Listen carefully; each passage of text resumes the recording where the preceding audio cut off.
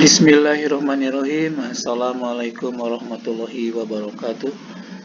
Bapak dan Ibu guru yang saya hormati, izinkan dalam kesempatan ini saya menyampaikan materi tentang membuat RPP yang disesuaikan dengan Surat Edaran Kemendikbud nomor 14 tahun 2019, yang mana RPP ini dibuat sederhana sehingga yang harus ada di antara sekian banyak komponen itu cukup 3 komponen saja. Pertama, tujuan pembelajaran, yang kedua, kegiatan pembelajaran, yang ketiga, penilaian. Tujuan pembelajaran, sebelum saya membuat rumusan tujuan pembelajaran, saya menyiapkan dulu bahan-bahan referensi untuk dimasukkan ke dalam tujuan pembelajaran dan juga untuk dimasukkan ke dalam penyusunan kegiatan pembelajaran serta penilaian. Bahan tersebut antara lain rumus ABCD untuk penyusunan tujuan pembelajaran, kemudian PPK, religius, nasionalisme, mandiri, gotong royong, dan integritas, kemudian aspek pengetahuan, keterampilan, sikap, selanjutnya literasi, budaya membaca, lalu pendekatan saintifik, mengamati, menanya, mengumpulkan data, mengasosiasi, menyaji atau mencipta, serta model pembelajarannya, baik itu problem based learning, project based learning, discovery learning, inquiry learning. Di dalamnya ada sintak-sintaknya atau langkahnya. Lalu juga keterampilan abad 21, kolaborasi, komunikasi, berpikir kritis, serta kreatif, dan tentu saja pembelajaran yang menantang, pembelajaran hot, high order thinking skill. Baiklah, saya tampilkan redaksi kalimat tujuan pembelajaran yang saya buat berdasarkan referensi ini.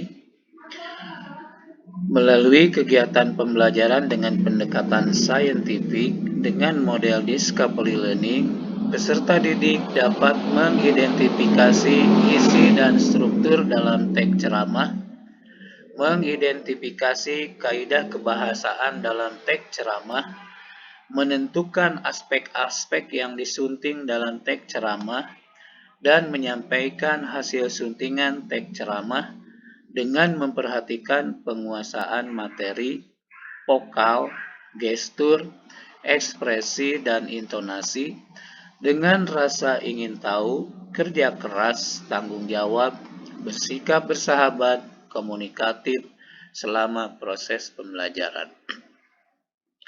Secara sederhana bisa kita sedikit amati melalui kegiatan pembelajaran dengan pendekatan saintifik dengan model discovery. Berarti itu adalah kondisi, keadaan yang diciptakan oleh guru dalam proses pembelajaran nanti. Peserta didik berarti audiens, atau rumus A, dapat mengidentifikasi, berarti ini behavior, kaitannya dengan kognitif atau pengetahuan. Menyampaikan hasil suntingan teks ceramah, ini behavior yang menyangkut keterampilan dan sikapnya nanti, dengan memperhatikan penguasaan materi, vokal, gestur, ekspresi, ini kedalamannya. Dengan rasa ingin tahu, kerja keras, tanggung jawab, bersikap bersahabat, komunikatif selama proses pembelajaran, ini adalah PPK-nya. Ketika melihat ini, mengidentifikasi, kemudian menentukan, menyampaikan hasil, kita bisa tahu bahwa ini high order thinking skill. Jadi dari redaksi ini terkandung rumusannya, lalu penguatan pendidikan karakternya, lalu pengetahuannya, keterampilan serta sikapnya, dan mungkin ada juga literasinya. Kemudian pendekatannya tadi sudah jelas, lalu ini komunikasi kritis dan kreatif, dan tentunya hotnya. Itu di dalam tujuan pembelajaran pun aspek-aspek ini sudah muncul. Tentunya di dalam kegiatan pembelajaran aspek ini semakin kita perkuat. Kita lihat sekarang kegiatan pembelajaran. Kegiatan pembelajaran seperti biasanya dibagi tiga, yaitu kegiatan awal berisikan tentang kegiatan yang dititik beratkan kepada siswa. Peserta didik merespons salam tanda mensyukuri anugerah Tuhan dan saling mendoakan. Artinya guru memberikan salam dan peserta didik menjawab salam.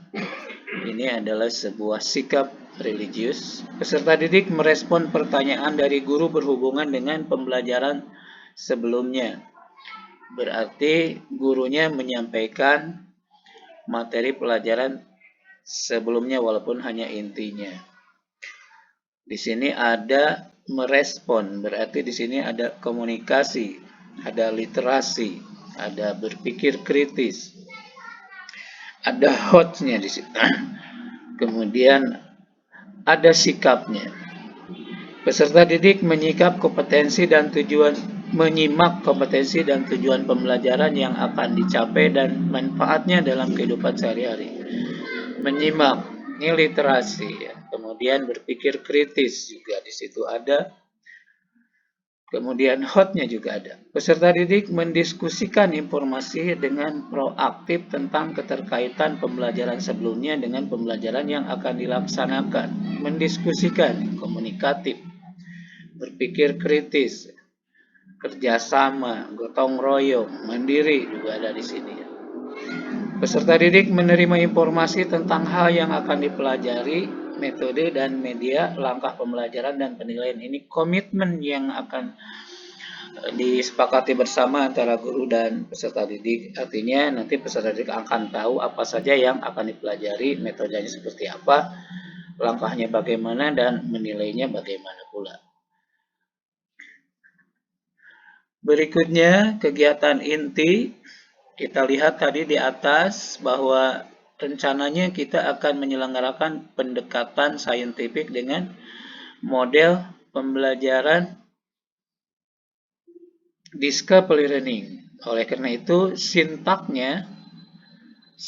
daripada discovery learning, ini sintak discovery learning adalah satu, stimulasi atau memberikan stimulus, dua, problem statement atau membuat pernyataan masalah, ketiga data collection atau pengumpulan data, yang keempat pemrosesan data, yang kelima verifikasi atau pembuktian data, yang keenam generalisasi atau menarik kesimpulan.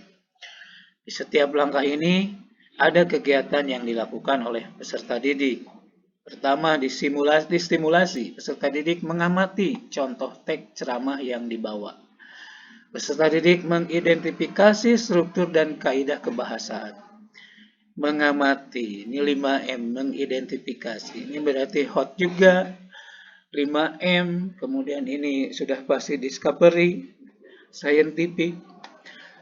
Kemudian di situ juga ada sikap. Mengamati itu ada penuh tanggung jawab, ya, ingin tahu dan sebagainya. Problem statement, ini berpikir kritis nih, tanya jawab, ya. Kemudian kolaborasi, berarti ini pasti hot. Peserta didik memberi komentar, ini juga hot nih, memberi komentar kan kritis nih. Komunikatif juga di situ. Kemudian ada juga sikapnya, bagaimana dia berani memberikan komentar dan sebagainya. Data collection, ini literasi nih, data collection. Kemudian di sininya peserta didik duduk secara berkelompok. Ini berarti kerjasama, ya, gotong royong, kolaborasi. Berdiskusi mengidentifikasi struktur dan kaidah kebahasaan teks ceramah. Mengidentifikasi, ini juga tadi hot, kritis, kemudian aspek pengetahuan, Data processing, peserta didik menganalisis. Nih, analisis itu kalimat yang kita bisa lihat ini adalah salah satu ciri hot ya, menganalisis.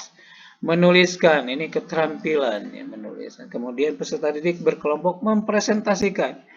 Ini ada mempresentasikan hasil dari proses data yang mereka lakukan. Ini butuh keberanian, butuh tanggung jawab, butuh percaya diri, dan tentunya butuh pengetahuan, keterampilan, dan sikap. Peserta didik yang lain memberikan komentar dan masukan atas penampilan temannya. Lalu terakhir, peserta didik menyimpulkan struktur kebahasaan teks ceramah.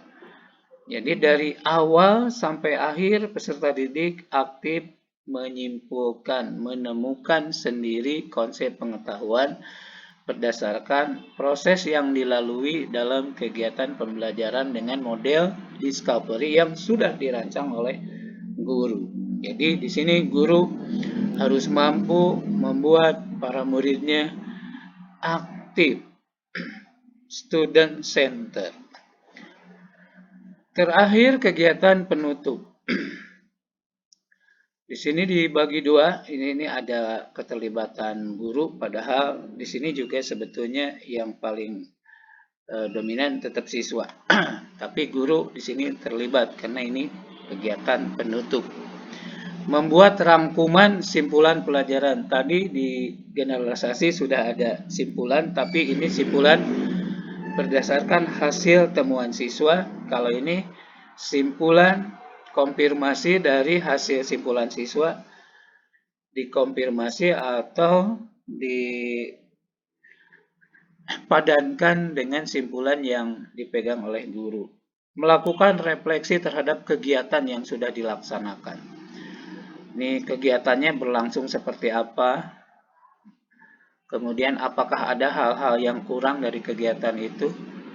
Apakah langkahnya atau medianya atau caranya atau hal-hal yang lain yang perlu mendapatkan revisi untuk perbaikan ke depan. Kemudian memberikan umpan balik terhadap proses dan hasil pembelajaran.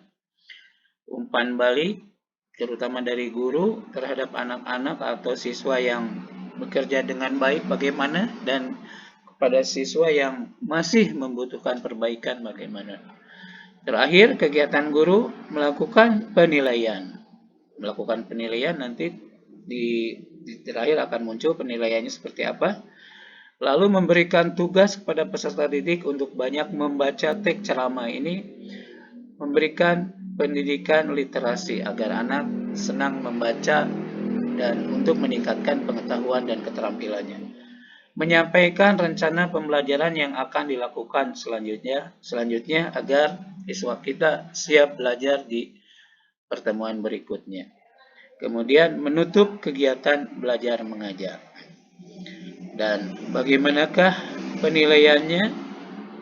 Penilaiannya, karena ini penilaian atau RPP ini adalah bentuk yang sederhana, maka di penilaian ini dituliskan aspek apa saja yang dinilai. Pertama, yang diutamakan adalah aspek sikap dan bagaimana cara menilainya dengan pengamatan, dengan observasi.